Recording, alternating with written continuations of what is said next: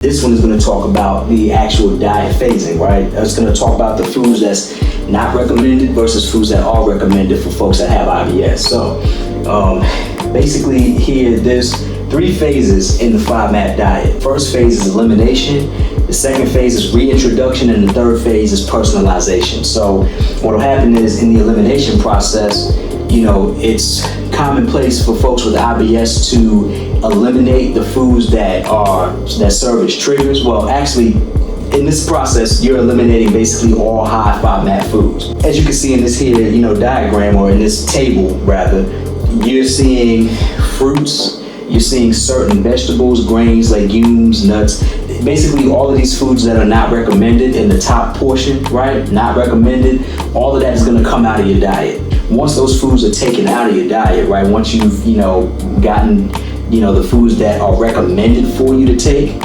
you'll take those foods, you'll eat it, and then what will happen is the reintroduction process then comes into play. So phase 2, that's basically where you're gonna be reintroduced some of the foods that were taken out in the first place.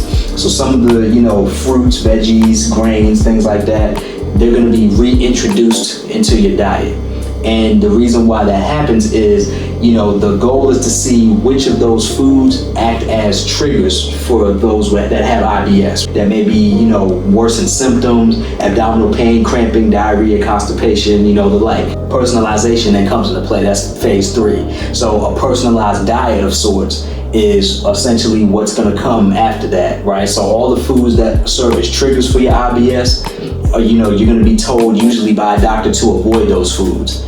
And, the foods that don't really cause triggers for you or don't act as triggers, those are the ones you'll likely, be able to have. That's how the FODMAP diet works. So the high FODMAP foods are going to be taken out. You'll be put on a low FODMAP diet, essentially. In the elimination process, the foods that will get eliminated, the foods that are not recommended, they'll get eliminated for roughly about 2 to 6 weeks to start off with. Because about 2 to 6 weeks, that should be enough time usually to alleviate all your symptoms.